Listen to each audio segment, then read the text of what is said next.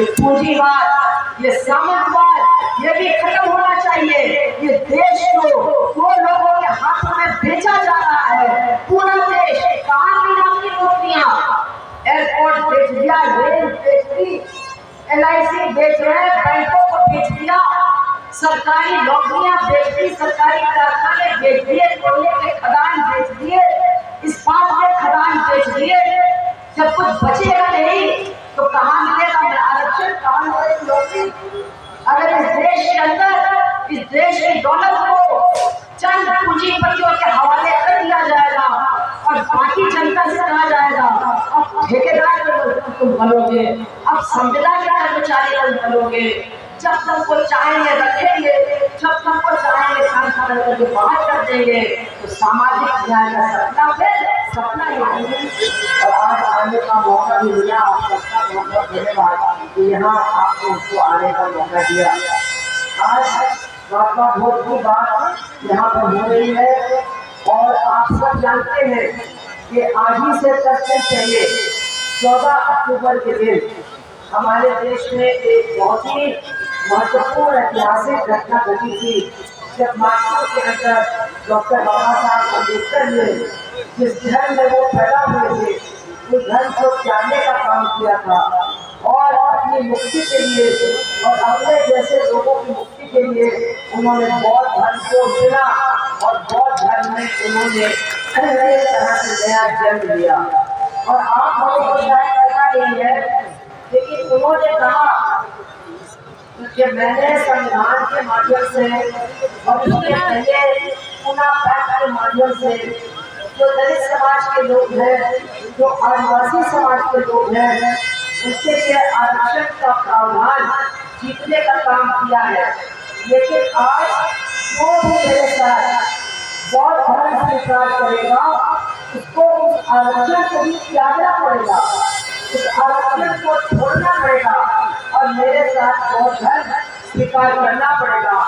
और मुझे बहुत गर्व होता है ये कहने में, कम से कम 5 लाख बहुत ही गरीब लोगों ने उनके साथ बौद्ध धर्म स्वीकार किया और कहा कोई बात नहीं, हम अपने आप को वर्णाश्रम धर्म से मुक्त करेंगे, भले हमें आरक्षण का अधिकार भी त्यागना पड़े। और ये जब VP सिंह प्रधानमंत्री बने थे शायद 1989 में, उसके बाद में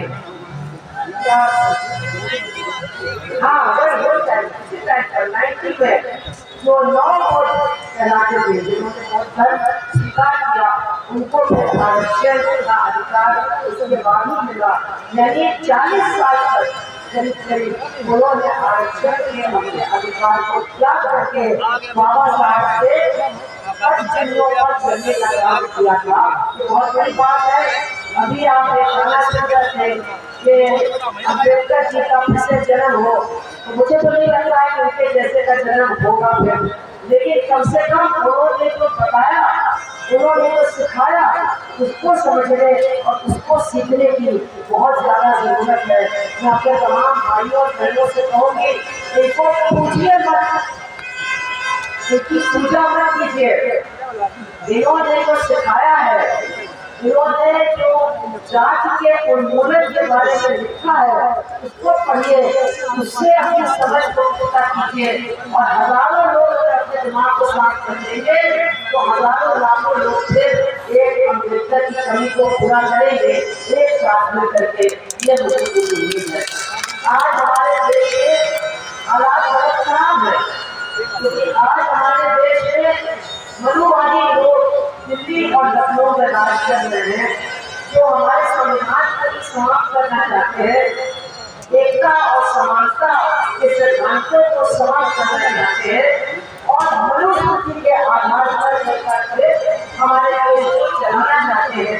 और जो शिक्षा का चलना उन्होंने शुरू कर दिया है, बहुत तेजी से उस दिशा में चल रहे हैं। मजदूरों, किसानों, महिलाओं, दलितों, उनके तमाम अधिकारों को समाप्त किया जा रहा है। आज अगर दलितों के बच्चे उत्तर प्रदेश में कॉलेज में दाखिला प्रवेश करते हैं या यूनिवर्सिटी जाने की सोचते हैं या डॉक्टर बनने की सोचते हैं या इंजीनियर बनने की सोचते हैं, तो आज उत्तर प्रदेश की सरकार उनको जो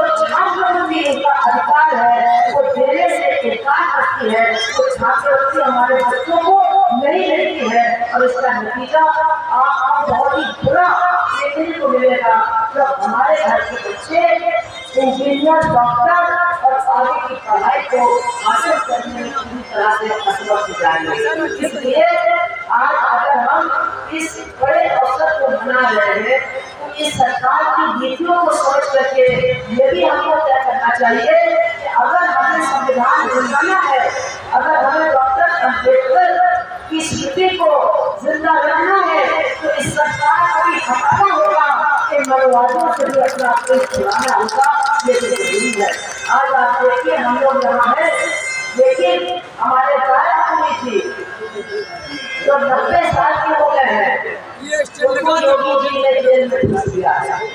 आज दादा जेल में, आज उनके समझ 5 और भी 4 का जेल में है।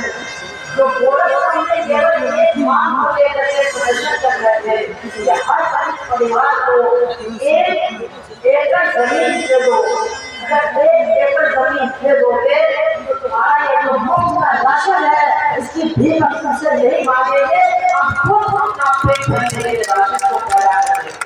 केवल इस मांग को उठाया, जहाँ वो धरना दे रहे थे वहाँ पुलिस आई, उनका मांग तक नहीं किया, उनसे बातचीत नहीं की, धरना समाप्त हो गया और उसके बाद आधी रात में उसके खिलाफ अपने दफ्तर से ही कर्मचारी से रिपोर्ट दिखा करके FIR लिखवा करके उन सबको बरकर किया गया। और आज वो 90 साल के दादा जी जो हमारे भगवान दास जी के समधी हैं उनको जेल में योगी जी ने बंद करके रखा है। हम सबको इसकी निंदा करनी चाहिए और मांग करनी चाहिए कि उनको और उनके साथियों को रिहा किया जाए, जेल से उनको छुड़ाया जाए। तो आप बताइए कि हमको ये ऐसी मांग करनी चाहिए कि नहीं करनी चाहिए? ये बताता है कि कितना जुल्म हुआ है। एक दिन नहीं जाता जब उत्तर प्रदेश में तो दलित महिला की हत्या देखी जाती है, जब किसी दलित बच्ची के साथ बलात्कार नहीं किया जाता है। आपको मालूम होना चाहिए कि जिस उत्तर प्रदेश का नेता कह रहा है कि मैंने हिंदू बदमाशों को ठिकाने लगा दिया है, सबको यहाँ से भगा दिया है, उस उत्तर प्रदेश की हालत क्या है?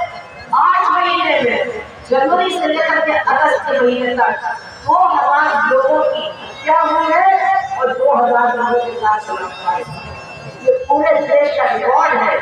रोज हमारे उत्तर प्रदेश में 10 लोगों की हत्या होती है और 10 हमारी माता बहनों के साथ बलात्कार होता है। और जो ज्यादातर गरीब है, हमारे गरीब परिवारों की है, बलात्कार के बाद वो आत्महत्या भी कर लेती है या मार डाली जाती है या किसी मतलब इतनी बुरी हालत में कर दी जाती है कि आगे उनके लिए जिंदा रहना भी बहुत मुश्किल होता है। आज ऐसी हालत में रह रहे हैं, इसलिए बहुत जरूरी है कि हम देखें कि एक जो आवाज यहाँ से उठती थी तो गया से ये आवाज उठती थी, आज ये पूरे देश में मिलने लगी है। और जिस सामाजिक न्याय की लड़ाई को इन मनोवादियों ने दबा दिया था, अब वो लड़ाई एक बार फिर मिल गई है।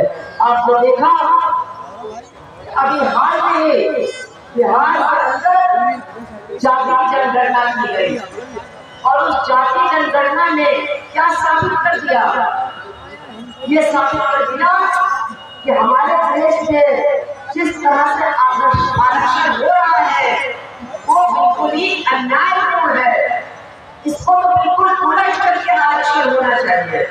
मतलब 15% जनता के पास 50% आरक्षण है और 85% जनता के पास 50% आरक्षण है। ये जो अन्याय है ये सबके सामने आ गया है और इसको खत्म करने के लिए हमको आपको मिलकर के लड़ना होगा। ये जो आरक्षण पर 50% की सीमा सुप्रीम कोर्ट ने डाली है, इसको हटाना होगा और कहना होगा कि जो सबसे ज्यादा परेशान है, जो सबसे ज्यादा अत्याचार का शिकार है, उसको सबसे पहले आरक्षण मिलना चाहिए, उसको सबसे पहले शिक्षा और नौकरी का आरक्षण मिलना चाहिए। इसके साथ साथ मैं ये भी कहना चाहूंगी कि सामाजिक न्याय की बात हम करते हैं, लेकिन क्या सामाजिक न्याय बिना महिलाओं को न्याय नहीं मिल सकता है। आधी आजादी के हाथ और पैर में बेड़ियां मिल रहेगी और माफ कीजिएगा हमारे घरों के अंदर भी यही स्थिति होगी तो सामाजिक न्याय की बात बिल्कुल खोखली हो जाएगी। डॉक्टर बाबा साहब अम्बेडकर ने हम भारत की महिलाओं के लिए वो काम किया जो उसके पहले कभी नहीं हुआ था और उसके बाद भी कभी नहीं हुआ।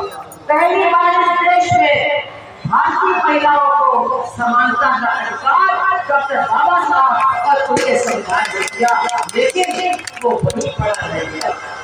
उसको हमने आगे नहीं बढ़ाया, उसको हमने सच्चाई में परिवर्तित नहीं किया। इसलिए सामाजिक न्याय चाहिए तो महिलाओं के लिए भी लड़ना होगा, महिलाओं को भी न्याय दिलाना होगा। और इसके साथ साथ मैं ये भी कहूंगी अमीरी और गरीबी के बीच की जो खाई है उसको मत भूलिएगा। अगर सामाजिक न्याय होना है तो आर्थिक शोषण का भी अंत होना चाहिए। ये पूंजीवाद, ये सामंतवाद ये भी खत्म होना चाहिए। ये देश को दो लोगों के हाथों में बेचा जा रहा है। पूरा देश कहाँ की नाम की नौकरियां, एयरपोर्ट बेच दिया, रेल बेच दी, LIC बेच रहे हैं, बैंकों को बेच दिया, सरकारी नौकरियां बेच दी, सरकारी कारखाने बेच दिए, कोयले के खदान बेच दिए, इस्पात के खदान बेच दिए। जब कुछ बचेगा नहीं तो कहाँ मिलेगा आरक्षण, कहाँ मिलेगी नौकरी? अगर इस देश के अंदर इस देश की दौलत को चंद पूंजीपतियों के हवाले कर दिया जाएगा और बाकी जनता से कहा जाएगा अब ठेकेदार तुम बनोगे, अब संविदा के कर्मचारी बनोगे, जब तुमको चाहेंगे रखेंगे, जब तुमको चाहेंगे खान खाना करके बाहर कर देंगे, तो सामाजिक न्याय का सपना फिर सपना ही रह जाएगा। इसलिए आर्थिक आधार पर भी हमको लड़ना होगा। ये जो आर्थिक हमारा शोषण हो रहा है ये भी खत्म हो, लैंगिक शोषण को भी खत्म करना होगा, महिलाओं को एकता देनी होगी और इस समाज के अंदर जो सामाजिक शोषण आज भी व्याप्त है इसको समाप्त करना होगा। तब जाकर के सामाजिक न्याय की लड़ाई हमारी आगे बढ़ेगी और इसको बना बनाए हम अपने बच्चों के भविष्य को नहीं बना पाएंगे, नहीं संभाल पाएंगे। ज्यादा बातें मुझे नहीं कहनी है, बहुत बोलने वाले हैं, लेकिन ये मैं आपसे जरूर कहूंगी आज आप यहाँ इकट्ठा हुए हो एक नई संस्कृति को बनाने के लिए, एक नई सोच को फैलाने के लिए, वैज्ञानिक सोच को अपने परिवार के लोगों में लागू करने के लिए। ये अंधविश्वास, ये तमाम रीत रिवाज, ये तमाम बातें तो हमको पहली भक्ति के साथ पिलाई जाती है, इनको दूर करने के लिए आज के इस मेले का आयोजन हम करते हैं।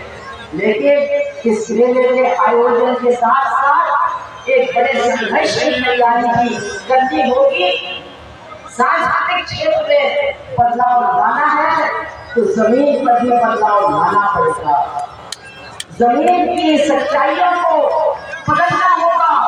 ये छुआछूत, ये अन्याय, ये अत्याचार, ये कोई मूछ रखे तो मार डालो, कोई घरे को छू दे तो मार डालो, कोई घोड़ी पर बैठ जाए तो मार डालो, ये भी बंद होना चाहिए और इसको बंद करने की लड़ाई हम लड़ेंगे। क्या होता है आज खाने के नाम पर लोगों को मारा जाता है, आज पशुओं के नाम पर लोगों को मारा जाता है, आज जात के नाम पर और घृणा के नाम पर लोगों की जान जा रही है।